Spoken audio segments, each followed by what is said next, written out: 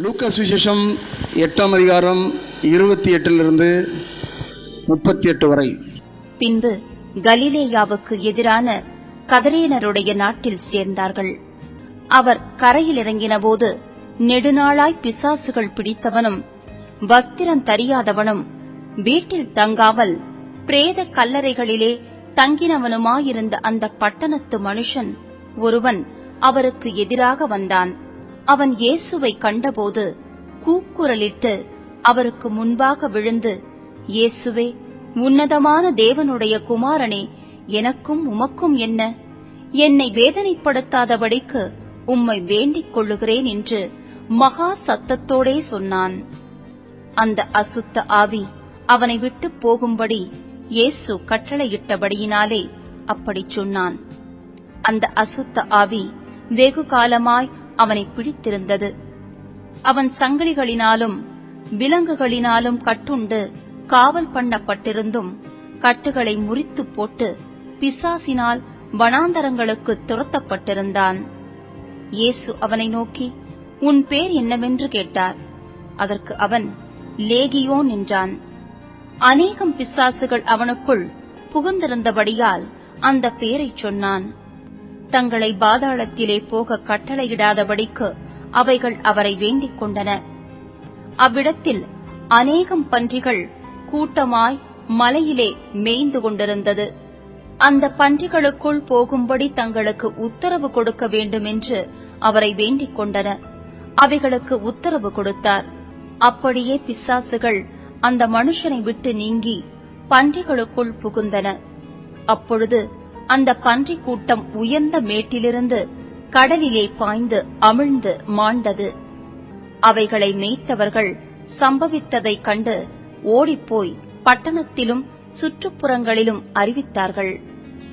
அப்பொழுது சம்பவித்ததை பார்க்கும்படி ஜனங்கள் புறப்பட்டு இயேசுவின் இடத்தில் வந்து, பிசாசுகள் விட்டு போன மனுஷன் வஸ்திரம் தரித்து இயேசுவின் பாதத்தருகே உட்கார்ந்து புத்தி தெளிந்திருக்கிறதைக் கண்டு பயந்தார்கள். பிசாசுகள் பிடித்திருந்தவன் சொஸ்தமாக்கப்பட்டதைக் கண்டவர்களும் அதை அவர்களுக்கு அறிவித்தார்கள். அப்பொழுது கதரேனருடைய சுற்றுப்புறத்திலுள்ள திரளான ஜனங்கள் எல்லாரும் மிகவும் பயமடைந்தபடியினாலே தங்களை விட்டு போகும்படி அவரை வேண்டிக் கொண்டார்கள். அந்தப்படி அவர் படவில் ஏறி திரும்பிப் போனார். பிசாசுகள் நீங்கின மனுஷன் அவரோடே கூட இருக்கும்படி உத்தரவு கேட்டான். இயேசு அவனை நோக்கி, நீ உன் வீட்டுக்கு திரும்பிப் போய் தேவன் உனக்குச் செய்தவைகளையெல்லாம் அறிவி என்று சொல்லி அவனை அனுப்பிவிட்டார். அந்தப்படி அவன் போய் இயேசு தனக்கு செய்தவைகளையெல்லாம் பட்டணத்தில் எங்கும் பிரசித்தப்படுத்தினான். இந்த நாளிலே நாம் வாசித்த வேத பகுதியிலே கலிலேயாவுக்கு எதிரான கதிரேனருடைய நாட்டில் சேர்ந்தார்கள். அவர் கரையிலிருந்து இறங்கின போது நெடுநாளாய் பிசாசு பிடித்தவன். எப்போ? நெடுநாளாய். அல்லேலூயா. நெடுநாளாய் பிசாசு பிடித்திருந்த அந்த மனிதன் வஸ்திரம் தெரியாதவனாயிருந்தான். அப்படி என்றால் என்ன? நிர்வாணமாயிருந்தான். சொல்லுங்க. பிசாசு பிடித்திருந்தபடினாலே அந்த பிசாசு அவனை என்ன செய்தது? நிர்வாணப்படுத்தினது. அல்லேலூயா. ஏதேனிலும் ஆதாமும் ஏவாளும் எப்படி இருந்தாங்க? படைக்கப்பட்ட மனிதர்கள் மகிமையாயிருந்தார்கள். அல்லேலூயா. மகிமையின் சாயலை தரித்திருந்தார்கள். அந்த மகிமையின் சாயலை கலைக்கும்படியாக பிசாசானவன் அவர்களை திசை திருப்பி அவன் வார்த்தைக்கு இணங்க செய்து அவர்களை நிர்வாணமாக்கினான். யார? ஆதாமையும் ஏவாளையும். அவர்கள் என்ன சாயல் இருந்தாங்க? தேவ சாயல் இருந்தாங்க. அவர்களுக்குள்ள என்ன இருந்தது? மகிமை இருந்தது. என்ன வஸ்திரம்? மகிமையின் வஸ்திரம். சொல்லுங்க பார்க்கலாம். என்ன வஸ்திரம்? மகிமையின் வஸ்திரம். ஏனென்றால் அவர்கள் இருவருக்குமே தாங்கள் நிர்வாணி என்று தெரியாது. சொல்லுங்க. இருவருக்கும் என்ன தெரியாது? நிர்வாணி என்று தெரியாது. தேவசாயில் இருக்கிறார்கள், மகிமையை வஸ்திரமாய் தரித்திருக்கிறார்கள். அவர்களை தேவனிடத்திலிருந்து பிரிக்க முடியாய் வசியமான வார்த்தைகளை சொல்லி நயவசப்படுத்தி அவர்களை தேவனை விட்டு பிரிப்பதற்காக அவன் திட்டம் தீட்டி அவர்களை நிர்வாணப்படுத்தினான். ஆதாமுக்கும் ஏவாளுக்கும் தாங்கள் நிர்வாணி என்று தெரியாது. ஆனால் அவர்கள் நிர்வாணி என்று சொன்னது யார்? பிசாசு. அல்லேலூயா. அந்த அவர்களை அம்மனப்படுத்தினது யார்? பிசாசு. அவர்களை அவமானப்படுத்தியது யார்? பிசாசு. அம்மனப்படுத்தினாலே அவமானம் தான். சொல்லுங்க. அம்மனப்படுத்தினாலே சொல்லுங்க அவமானம். அப்போ அப்படிப்பட்டதான அந்த ஆதாம் ஏவாளுக்கு மீண்டுமாக கர்த்தராகிய தேவன் அவர்களை சந்தித்து அவர்களுக்கு ரட்சிப்பின் வஸ்திரத்தை கொடுத்தார். அல்லேலூயா. ஆட்டை அடித்து அந்த ஆட்டுடைய தோலை அவர்களுக்கு உடுத்தினார். என்ன உடுத்தினார்? அவர்களுடைய நிர்வாணத்தை மீண்டும் மறைப்பதற்காக, அவர்கள் நிர்வாணத்தை மறைப்பதற்காக, அவருடைய அம்மனத்தை மறைப்பதற்காக அவர் ஆட்டை அடித்து ஆட்டினுடைய உடையை அவர்களுக்கு உடுத்தினார். அல்லேலூயா. பிசாசுடைய தந்திரம் என்ன?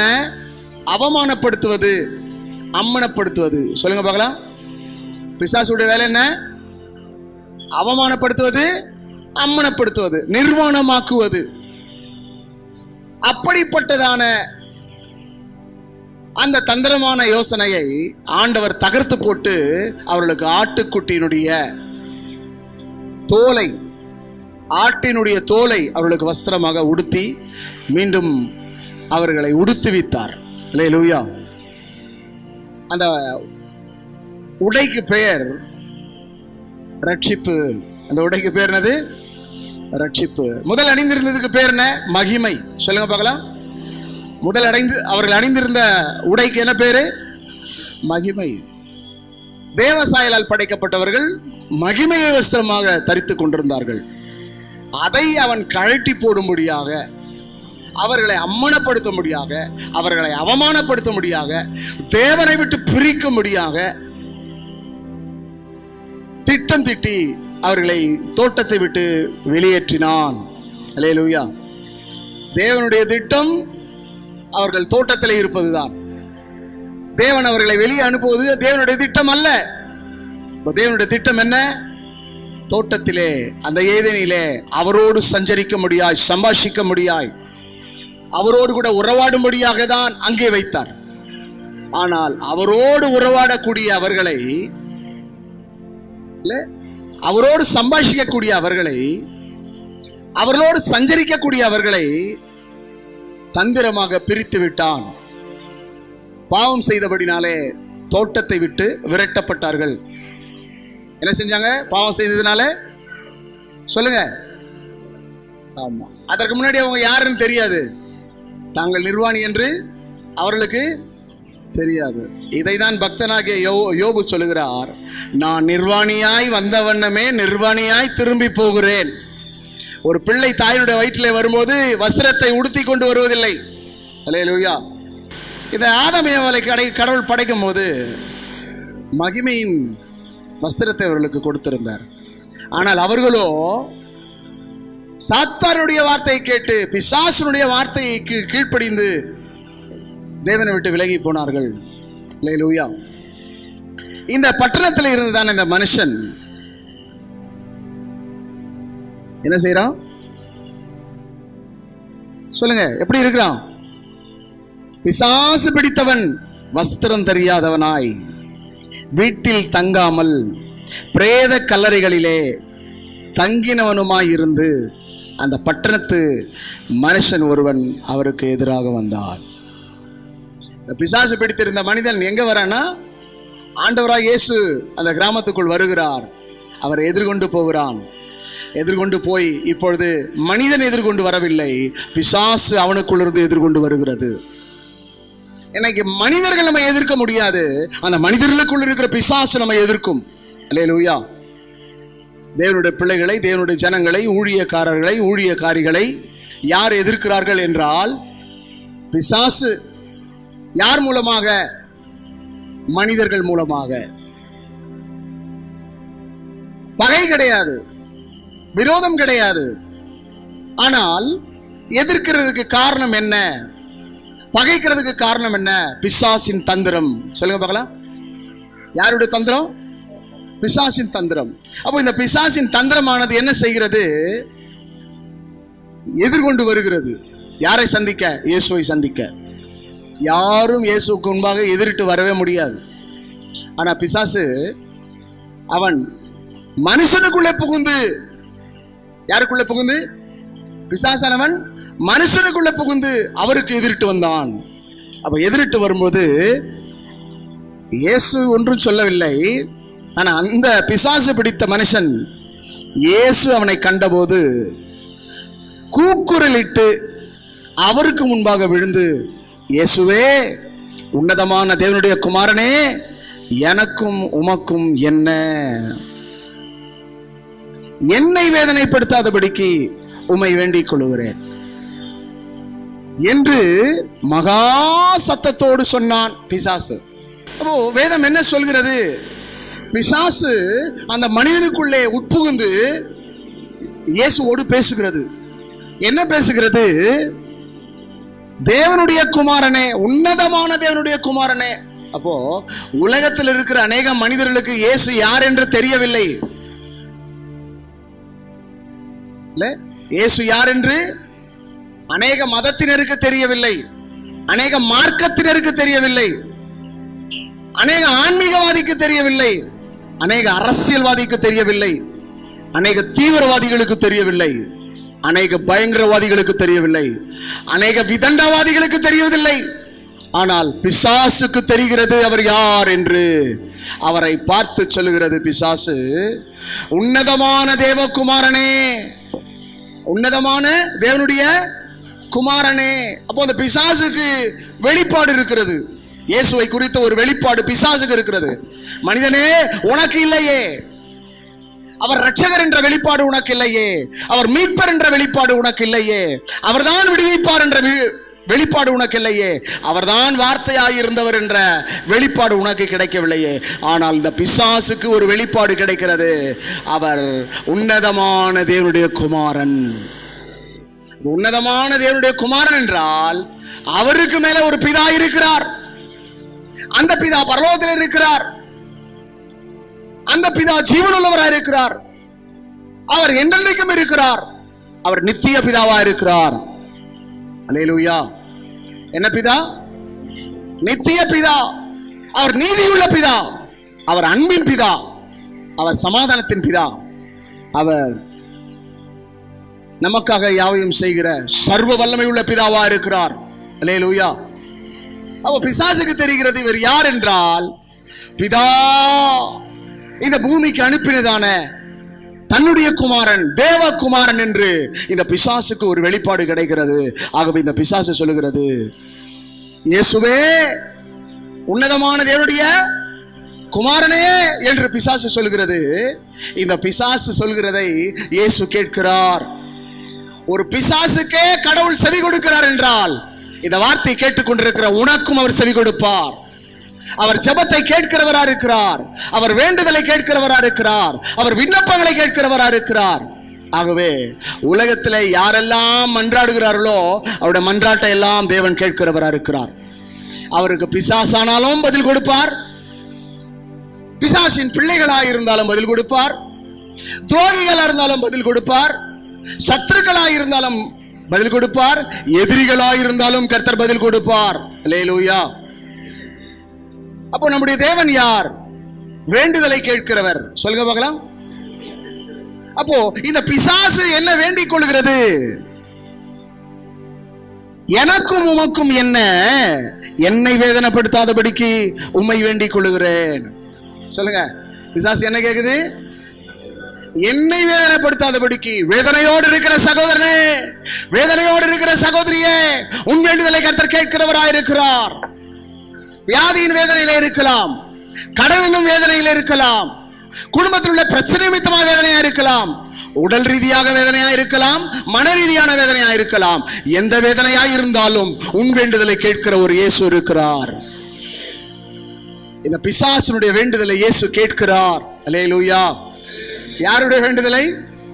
அட என்னப்பா இது, போயும் போயும் பிசாசுக்கே கடவுள் என்ன பண்றாரு? பிசாசுடைய வேண்டுதலுக்கே செவி கொடுக்கிறாரே, பிசாசுடைய வேண்டுதலையே ஏற்றுக்கொள்கிறாரே. பிசாசுக்கே ஆண்டவர் என்ன சொல்றாரு? அவன் சத்தத்தை கேட்டு இயேசு கீழ்ப்படியவில்லை. என்ன செய்யல? சொல்லுங்க.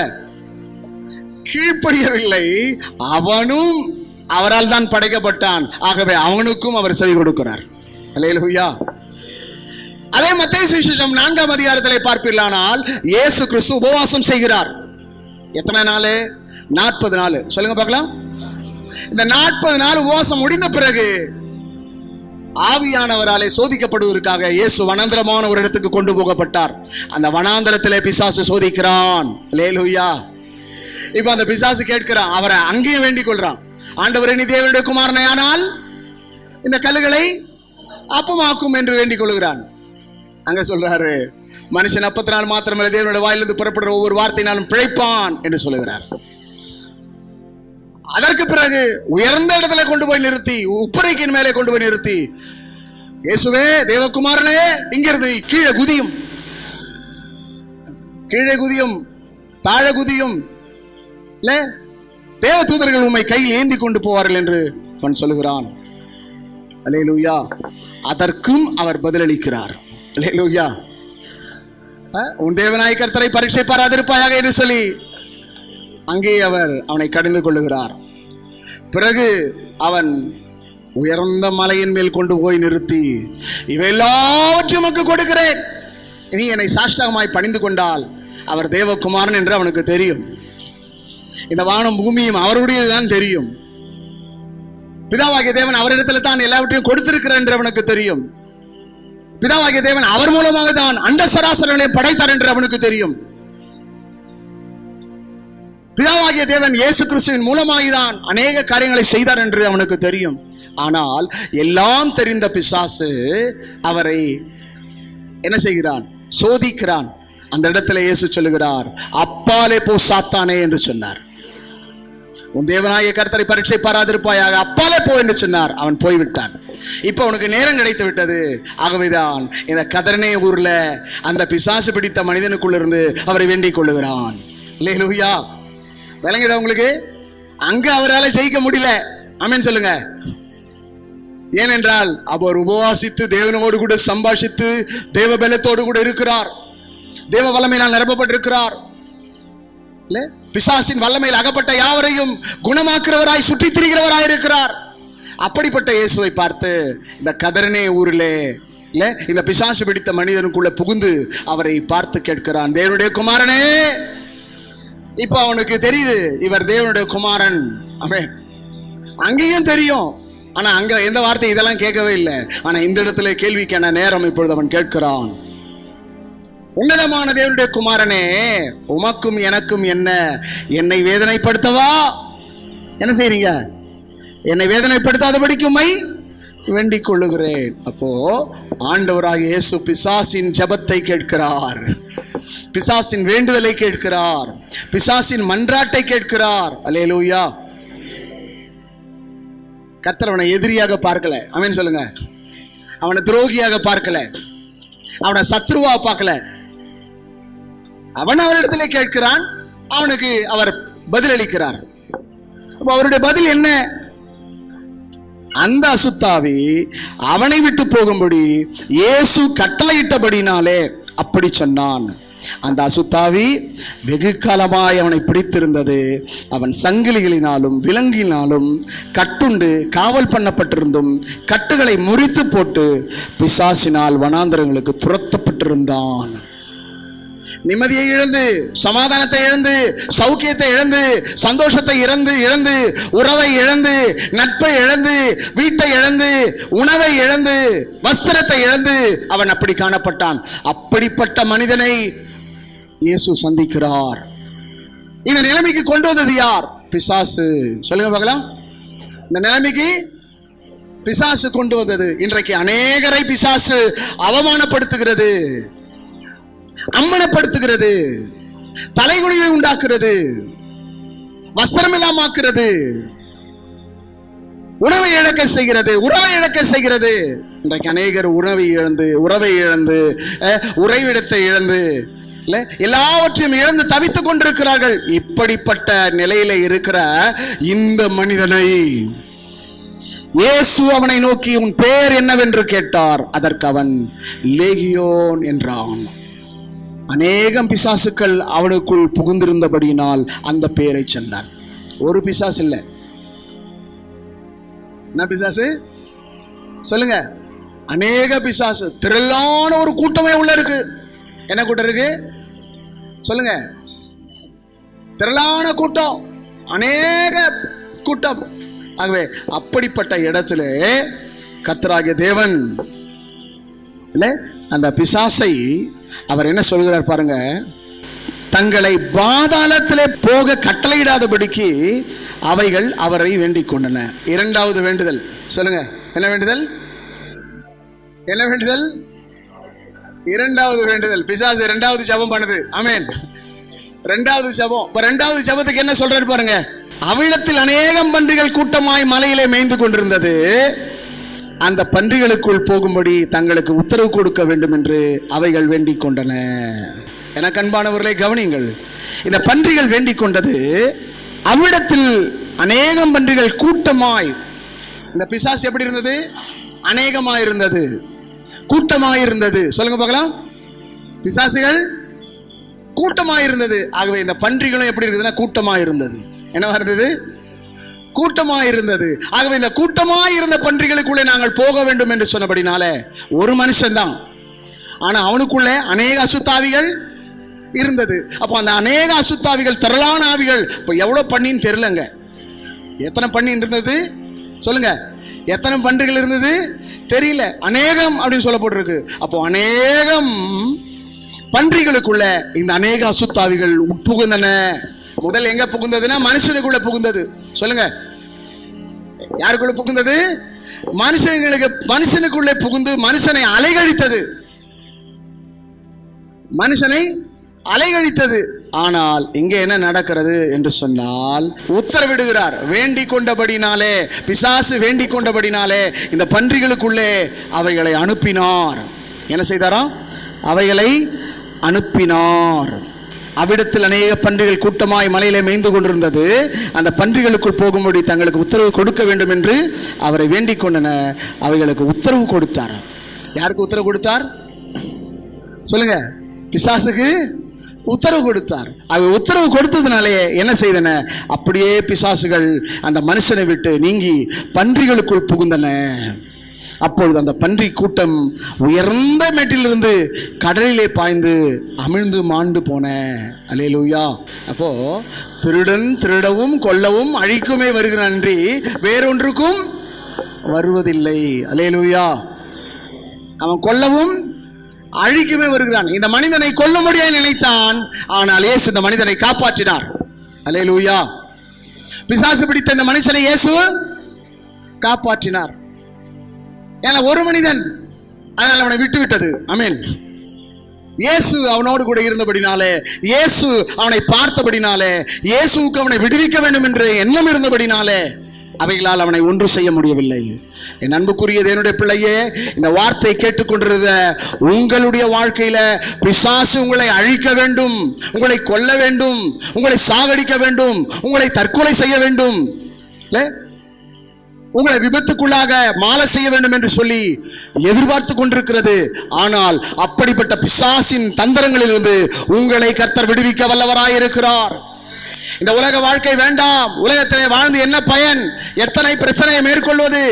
எத்தனை கடனை மேற்கொள்வது, இந்த வியாதியின் வேதனையை தாங்க முடியவில்லை, உலகத்தில் இருப்பதை விட மாண்டு போய்விடலாம், மரித்து போய்விடலாம், மாய்த்து கொள்ளலாம் என்று எண்ணிக்கொண்டிருக்கிற ஒவ்வொரு மனிதனையும் கர்த்தர் விடுவிக்க வல்லவராக இருக்கிறார்.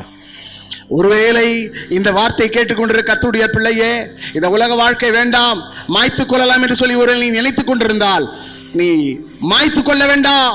உனக்கு விடுதலை கொடுக்கிறவர் இயேசு, உன்னை குணமாக்குறவர் இயேசு, உன்னை சமாதானம் தருகிறவர் இயேசு, உன் வேதனையை நீக்கிறவர் இயேசு. இந்த இயேசுவை நீ ஏற்றுக்கொண்டால் உன் பிரச்சனைக்கு ஒரு தீர்வு உண்டாகும், உன் பிரச்சனைக்கு ஒரு முடிவு உண்டாகும். இந்த வார்த்தை கேட்டுக்கொண்டிருக்கிற என் அன்பு சகோதரனே, சகோதரியே, தற்கொலை எண்ணத்தை நோக்கி போய் கொண்டிருக்கிற சகோதரனே, தற்கொலை எண்ணத்தை கொண்டு போய் கொண்டிருக்கிற சகோதரியே, உன்னை மாய்த்துக் கொள்ளலாம் என்று எண்ணிக்கொண்டிருக்கிற சகோதரனே, சகோதரியே, உன்னை விடுவிக்கிற இயேசு உன்னோடு கூட இருக்கிறார். நீ இந்த தவறான முடிவுக்கு போக வேண்டாம். அப்படி தவறான முடிவுக்கு போனால் நீ நரகம்தான் போக வேண்டும். அவர் பாதாளத்துக்கு உன்னை விடுவிக்க வல்லவராக இருக்கிறார். எல்லா பிரச்சனையிலிருந்து உன்னை விடுவிக்க வல்லவராக இருக்கிறார். எல்லா நோயிலிருந்து உன்னை விடுவிக்க வல்லவராக இருக்கிறார். உன்னை எல்லா சூழ்நிலையிலிருந்து விடுவிக்க வல்லவராக இருக்கிறார். உன்னை எல்லா உபத்திரங்களிலிருந்து உன்னை விடுவிக்க வல்லவராக இருக்கிறார். இந்த மனிதனுடைய நிலை, தன்னை காயப்படுத்திக் கொள்கிறான், அவனுடைய பிறப்பிடத்தை விட்டு கல்லறையிலே தங்கிக் கொண்டிருக்கிறான். அவனுடைய இல்லற வாழ்க்கையிலே அவன் அனுபவிக்க வேண்டியதெல்லாம் அனுபவிக்க முடியாமல் கல்லறையிலே இருக்கிறான். அந்த கல்லறையிலே இருக்கிற மனிதனை இயேசு விடுவித்தார். இன்றைக்கு ஒருவேளை உன்னுடைய வாழ்க்கை கல்லறையா இருக்கலாம், கர்த்தர் அதை மாற்றுவார். உன்னுடைய வாழ்க்கை கல்லறை என்றால் நாற்றம் நிறைந்த இடம், சொல்லுங்க இல்ல, எலும்புகள் நிறைந்த இடம். அப்ப துர்நாற்றம் நிறைந்த ஒரு இடத்திலிருந்து ஒரு மனிதனை கர்த்தர் விடுவித்து கொண்டு வருகிறார். ஆகவே பாவம் என்பது ஒரு நாற்றம், பாவம் என்பது துர்நாற்றம், பாவம் என்பது ஒரு கெட்ட வாசனை. அப்ப அந்த கெட்ட இடத்திலிருந்து ஒரு மனிதனை மீட்டு ரட்சித்து விடுவித்து அவனை கொண்டு வந்து தேவனுடைய சபையிலே நிறுத்துகிறார். அல்லேலூயா, அல்லேலூயா. என் அன்புக்குரியவர்களே, பிசாசின் வேண்டுதலை கர்த்தர் கேட்டு அவனை பன்றிகளுக்குள்ளே அந்த பிசாசுகளை அனுப்பினார். அவைகள் எல்லாம் மாண்டு போயின.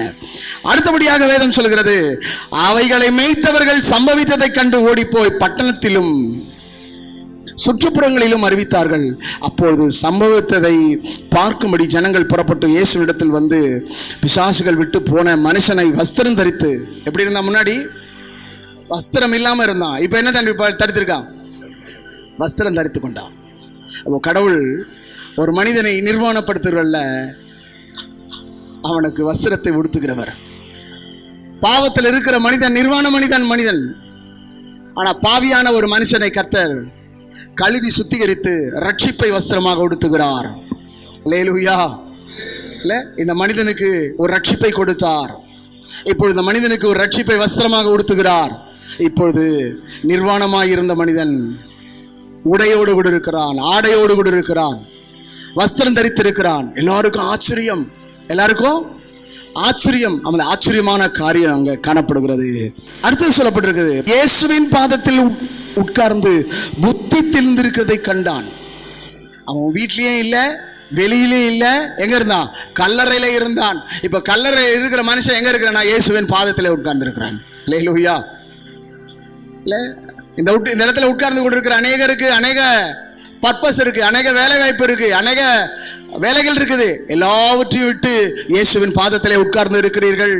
அல்லேலூயா. இயேசுவின் பாதத்தில் இருப்பது ஒரு பெரிய பாக்கியம். ஆகவேதான் மரியாள் இயேசுவின் பாதத்திலே உட்கார்ந்தால் தன்னை விட்டு எடுபடாத நல்ல பங்கை தெரிந்து கொண்டால். இந்த கூட்டத்துக்கு வந்திருக்கிற உங்களுக்கு நல்ல பங்கு காத்திருக்கிறது, நல்ல ஆசீர்வாதம் காத்து கொண்டிருக்கிறது, உங்களுக்கு உண்டான நல்ல வேலை வாய்ப்பு காத்து கொண்டிருக்கிறது, உங்களுக்கு உண்டான நல்ல வாழ்க்கை துணை காத்து கொண்டிருக்கிறது, உங்களுக்கு உண்டான அநேக ஆசீர்வாதங்கள் காத்து கொண்டிருக்கிறது. உங்களுக்கான சொந்த வீட்டை கர்த்தர் கொடுக்க போகிறார். இயேசுவின் பாதத்திலே யாரெல்லாம் உட்கார்கிறார்களோ அவர்களுக்கெல்லாம் சொந்த வீட்டை கர்த்தர் தருவார். இயேசுவின் பாதத்தில் யாரெல்லாம் உட்கார்ந்து இருக்கிறார்களோ அவர்களுக்கு நல்ல வேலை வாய்ப்பை தருவார். இயேசுவின் பாதத்தில் யாரெல்லாம் உட்கார்ந்து கொண்டிருக்கிறார்களோ அவர்களுக்கு ஒரு நல்ல மணமகனை தருவார், நல்ல மணமகளை தருவார். இயேசுவின் பாதத்தில் யாரெல்லாம் உட்கார்ந்து கொண்டிருக்கிறார்களோ அவருடைய கடன் பிரச்சனையிலிருந்து அவர்களை விடுவிப்பார். இயேசுவின் பாதத்தில் யாரெல்லாம் உட்கார்ந்து கொண்டிருக்கிறார்களோ அவர்களை அவர் தொட்டு சுகமாக்குவார். அல்லேலூயா, அல்லேலூயா. இந்த மனுஷனுக்கு நல்ல ஒரு சந்தர்ப்பம், நல்ல ஒரு வாய்ப்பு கிடைத்தது. அதை அவன் பிரயோஜனப்படுத்தி கொண்டான். இப்பொழுது அவருடைய பாதத்தில் புத்தி தெரிந்து உட்கார்ந்திருக்கிறதை ஜனங்கள் கண்டு பயந்தார்கள். யார் இந்த மனிதன்? அந்த பிசாசு பிடித்த மனிதன். என்ன மனிதன்? கொலைகாரனை கர்த்தர் ரட்சிக்கிறார், கொள்ளையடிக்கிறவனை ரட்சிக்கிறார், ஊழல்வாதியை கர்த்தர் சந்திக்கிறார், அரசியல்வாதியை சந்திக்கிறார், சினிமா நடிகைகளை சந்திக்கிறார். இந்த உலகத்திலே தீய பழக்க வழக்கங்களை, போதை பழக்க வழக்கங்களை அடிமையா இருக்கிற மனிதனை கர்த்தர் சந்தித்தவனை விடுவித்து அவருடைய பாதத்திலே கொண்டு வந்து உட்கார வைக்கிறார். அல்லேலூயா. வாலிப பருவத்தில் எங்கெங்கயோ இருக்க வேண்டியவங்களாம் தேவ சமூகத்தில் உட்கார்ந்து கொண்டு இருக்கிறீங்க. உங்களை விட்ட நீங்க கெட்டே போயிருப்பீங்க. என்ன செஞ்சிருப்பீங்க? கெட்டே போயிருப்பீங்க. ஆனால் கெட்டு போகாதபடிக்கு கர்த்தர் உங்களை அவருடைய பாதத்தில் வைத்திருக்கிறார். எனக்கு அன்பானவர்களே, வேதம் சொல்கிறது, பிசாசு பிடித்திருந்தவன் சொஸ்தமாக்கப்பட்டதை கண்டவர்களும் அதை அவர்களுக்கு அறிவித்தார்கள். அப்போது கதிரேனுடைய சுற்றுப்புறத்தில் உள்ள திரளான ஜனங்கள் எல்லோரும் மிகவும் பயந்தபடினாலே தங்களை விட்டு போகும்படி அவரை வேண்டிக் கொண்டார்கள். சொல்லுங்க, இந்த கதிரனே சுற்றுப்புறத்தில் உள்ள அத்தனை மக்களும் வந்து அவரை வேண்டிக் கொள்றாங்க. இப்ப ரெண்டாவது வேண்டுதல் யாருடைய வேண்டுதல்? மக்களுடைய வேண்டுதல். சொல்லுங்க பார்க்கலாம். முதல் பிசாசு வேண்டிக் கொண்டன, இப்போ மக்கள் வேண்டிக் கொள்றாங்க.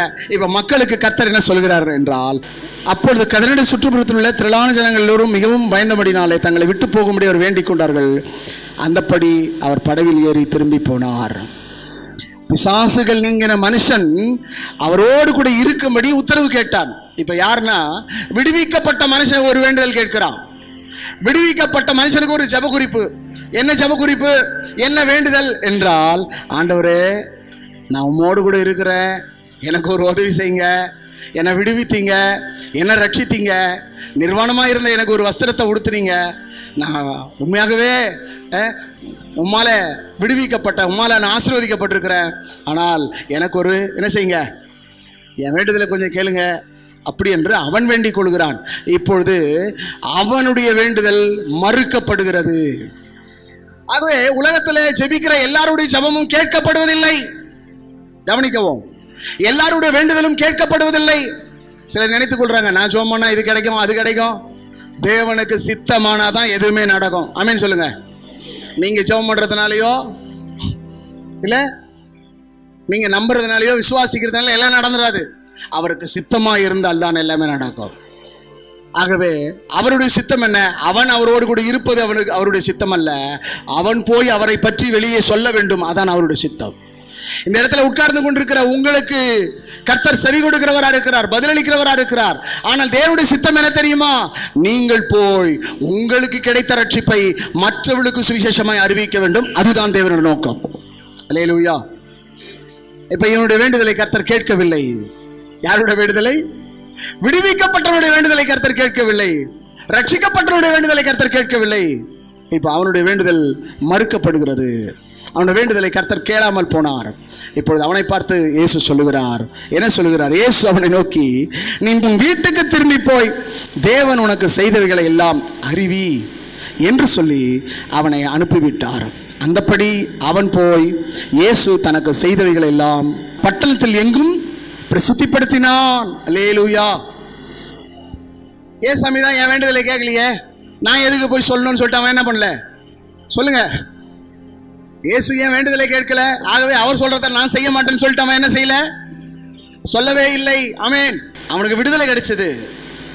ஆனா இயேசுவோடு இருக்கும் பாக்கி அவனுக்கு இல்லை. அல்லேலூயா. இயேசு அவனை பார்த்து சொல்றாரு, உனக்கு சம்பவித்ததை போய் சொல். அவன் அவருடைய வார்த்தைக்கு கீழ்ப்படிந்து அவனுக்கு செய்த எல்லாவற்றையும் போய் பட்டணத்தில் எங்கும் பிரசித்தப்படுத்தினான். அல்லேலூயா. எங்க என்ன படுத்தினான்? எங்கும் பிரசித்திப்படுத்தினான். ஆகவே இந்த வார்த்தையை கேட்டுக்கொண்டிருக்கிற கர்த்தருடைய பிள்ளையே, நீங்கள் எதற்காக அழைக்கப்பட்டீர்கள் என்றால், தேவனுடைய வார்த்தையை பிரசித்தப்படுத்தும்படியாக, தேவனுடைய சாட்சியை அறிவிக்கும்படியாக, அநேகரை ரட்சிப்புக்குள் நடத்தும்படியாக கர்த்தர் உங்களை தெரிந்து கொண்டிருக்கிறார். ஆகவே உங்களை கர்த்தர் எடுத்து வல்லமையாய் பயன்படுத்துவார். விடுவிக்கப்பட்ட மனிதனை கர்த்தர் வல்லமையாய் பயன்படுத்தினார். இந்த வார்த்தையை கேட்டுக்கொண்டிருக்கிற உங்களையும் கர்த்தர் பயன்படுத்துவார். நீங்களும் தேவனுடைய வார்த்தைக்கு கீழ்ப்படிந்து இயேசு என்ன சொல்கிறாரோ அதன்படி செய்வீர்களானால் ஆசீர்வதிக்கப்படுவீர்கள். ஆகவே கண்களை மூடி ஆண்டவர் நோக்கி ஜெபம் செய்வோம். எல்லோரும் ஆண்டவர் நோக்கி பார்ப்போம். 1, பிசாசின் வேண்டுதலை கர்த்தர் கேட்டார். 2, அந்த கதரனே நாட்டில் உள்ள அந்த பகுதியில் உள்ள மக்களுடைய ஜெபங்களை கர்த்தர் கேட்டார், வேண்டுதலை கேட்டார். இந்த 2 பேர் ஜெபமும் கேட்கப்பட்டது. ஆனால் விடுவிக்கப்பட்ட மனிதனுடைய ஜெபத்தை கர்த்தர் கேட்கவில்லை, வேண்டுதலை கர்த்தர் கேட்கவில்லை. ஆகவே நம்முடைய வேண்டுதல் கர்த்தருக்கு சித்தமாயிருந்தால் கர்த்தர் கேட்பார். ஆண்டவர் சொல்றார், உன் வேண்டுதல் கேட்கப்பட்டது, உன் வேண்டுதல் கேட்கப்பட்டது. பிசாசே, உன் வேண்டுதல் கேட்கப்பட்டது. ஜனங்களே, உங்கள் வேண்டுதல் கேட்கப்பட்டது. கர்த்தர் ஜனங்களுக்கு பதில் கொடுத்தார், அவர் வேண்டுதல் கேட்கப்பட்டது. இன்றைக்கு இந்த வார்த்தை கேட்டுக்கொண்டிருக்கிற கர்த்தருடைய பிள்ளையே, உன்னுடைய வேண்டுதலும் தேவனுக்கு சித்தமானால் கர்த்தர் உன் வேண்டுதலையும் கேட்பார், உனக்கு பதிலளிப்பார், பலனளிப்பார், ஆசீர்வதிப்பார், உன்னை சாட்சியா நிறுத்துவார். கண்களை மூடி நாம் ஜெபம் செய்வோம். வானத்துக்கும் பூமிக்கும் தேவனாகிய கர்த்தாவே, இந்த வார்த்தையை கேட்டுக்கொண்டிருக்கிற ஒவ்வொரு பிள்ளைகளுக்காக நாங்கள் ஜெபிக்கிறோம். ஆண்டவரே, ஒவ்வொருடைய வேண்டுதலையும் நீர் கேட்கிற தேவனாயிருக்கிறீர். உம்முடைய சித்தப்படி கேட்கும் பொழுது நீர் அப்படியே செய்கிற தேவனாயிருக்கிறீர். உம்முடைய சித்தம் இல்லை என்றால் நீர் பதிலளிக்க மாட்டீர், பலனளிக்க மாட்டீர், மறு உத்தரவு கொடுக்க மாட்டீர். நீர் சொன்னீர், என்னை நோக்கி கூப்பிடு, அப்போது நீ அறியாததும் எட்டாதமான பெரிய காரியங்களை உனக்கு செய்வேன் என்று சொன்னீரே. ஆபத்து காலத்தில் என்னை நோக்கி கூப்பிடு, நான் உன்னை விடுவிப்பேன் என்று சொன்னீரே. இந்த நாளிலே இந்த வார்த்தையை கேட்டுக்கொண்டிருக்கிற ஒவ்வொரு பிள்ளைகளை விடுவிப்பீராக, நோயிலிருந்து விடுவிப்பீராக, கடலிலிருந்து விடுவிப்பீராக, சரீரத்தில் காணப்படுற எல்லா உபாதையிலிருந்து விடுவிப்பீராக, கடன் பிரச்சனையிலிருந்து விடுவிப்பீராக, குடும்பத்தில் காணப்படுற எல்லா பிரச்சனைகள் போராட்டங்களிலிருந்து விடுவிப்பீராக. குமாரன் உங்களை விடுதலையாக்கினால் மெய்யாகவே விடுதலையாக சொன்னீரே. குமாரனே, தேவனுடைய குமாரனே, உன்னதமான தேவனுடைய குமாரனே என்று கூப்பிட்ட போது, விசுவாசித்த போது, நம்பின போது நீ வேண்டுதலை கேட்டீர். அதே தேவன் இந்த நாளில் யாரெல்லாம் உம்மை நம்புகிறார்களோ, யாரெல்லாம் உம்மை கூப்பிடுகிறார்களோ, யாரெல்லாம் உம்முடைய சித்தப்படி கேட்கிறார்களோ அவர்களுக்கெல்லாம் விடுதலை தாரும். ஒவ்வொருவரையும் ஆசீர்வதியும், ஒவ்வொருவரையும் விடுவியும், ஒவ்வொருக்கும் அற்புதங்களை, அடையாளங்களை, அதிசயங்களை செய்யும். தொடர்ந்து ஆசீர்வதியும். இயேசு இரட்சக நாமத்தில் பிதாவே, ஆமென், ஆமென். கர்த்தர் தாமே உங்கள் ஒவ்வொருவரையும் ஆசீர்வதிப்பாராக. கர்த்தர் உங்களோடு இருப்பாராக.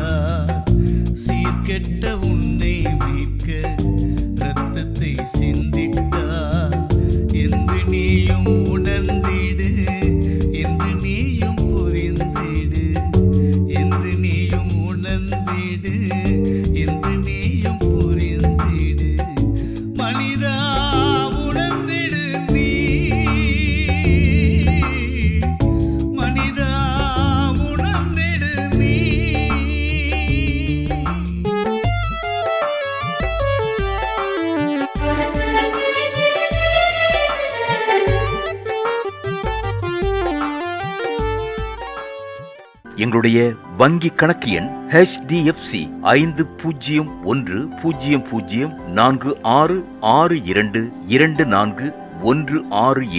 IFSC கோட் HDFC 00004166 என்ற எண்ணிற்கு அனுப்புங்கள். கர்த்தர்தாமே உங்கள் ஒவ்வொருவரையும் நிறைவாய் ஆசீர்வதிப்பாராக என்று உங்களை அன்புடன் அழைக்கும் போதகர் ஜஸ்டின் பிரபாகரன். மேலும் உங்கள் ஜெப உதவிக்கும் ஆலோசனைகளுக்கும் தொடர்பு கொள்ள வேண்டிய செல்போன் எண்கள் 7394541314 மற்றும் 9840727485. மிக்க நன்றி.